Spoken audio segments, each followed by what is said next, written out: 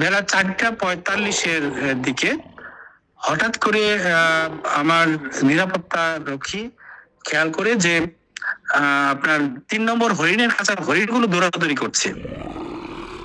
কেন হরিণের খাঁচার হরিণগুলো দৌড়াদৌড়ি করছে এটা সে একটু খেয়াল করতে গিয়ে দেখতে পারে যে হরিণের খাঁচার কাছে, হরিণের খাঁচার বাউন্ডারি ওয়াল, সেখানে একটা সিংহ চলে আসছে।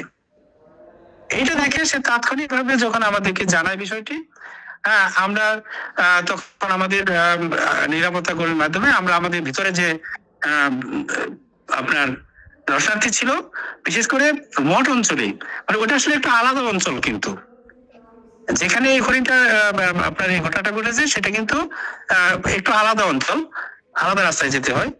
ওখানে যে সমস্ত দর্শনার্থী ছিল তাদেরকে আমরা প্রথমে বের করে দিই। দর্শনার্থীদেরকে আসলে আমরা এটা বুঝতে দেইনি বা আতঙ্কিত হতে দেইনি। আমাদের নিরাপত্তা কর্মীদেরকে ওখানে একটা কর্ডন করাই, আর সেই সাথে আমার ভেটেরিনারি হাসপাতাল শাখা তাদেরকে খবর দেওয়া হয়। তারা চলে যায় আপনার একে অ্যানেস্থেসিয়া করার জন্য গান নিয়ে এবং ডার্ট নিয়ে।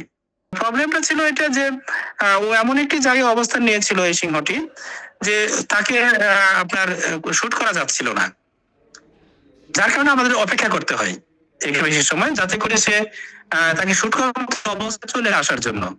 সে যখন আপনার আড়াল থেকে একটি তাকে শুট করার মতো অবস্থায় চলে আসে, তখন তাকে আমরা শুট করি এবং সে তাকে অজ্ঞান করা হয়।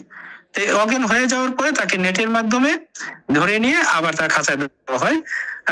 এই খাঁচায় দেওয়া হয়েছে 7:20 এখানে দর্শনার্থীদের আতঙ্কিত হবার মতো কোনো কারণ নেই।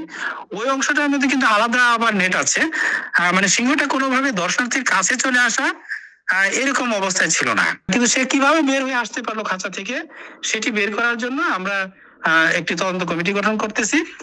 তদন্ত কমিটি রিপোর্ট পাওয়ার পরে আমরা এটা নিশ্চিত হইতে পারবো যে ঠিক কিভাবে বের হলো, এখানে কারো কোনো দায়িত্ব ছিল কিনা বা দায়িত্ব অবহেলা ছিল কিনা, অথবা এটা কোনো আপনার ইচ্ছাকৃত কারো স্যাবোটেজ ছিল কিনা, এই বিষয়গুলো আমরা বের করবো।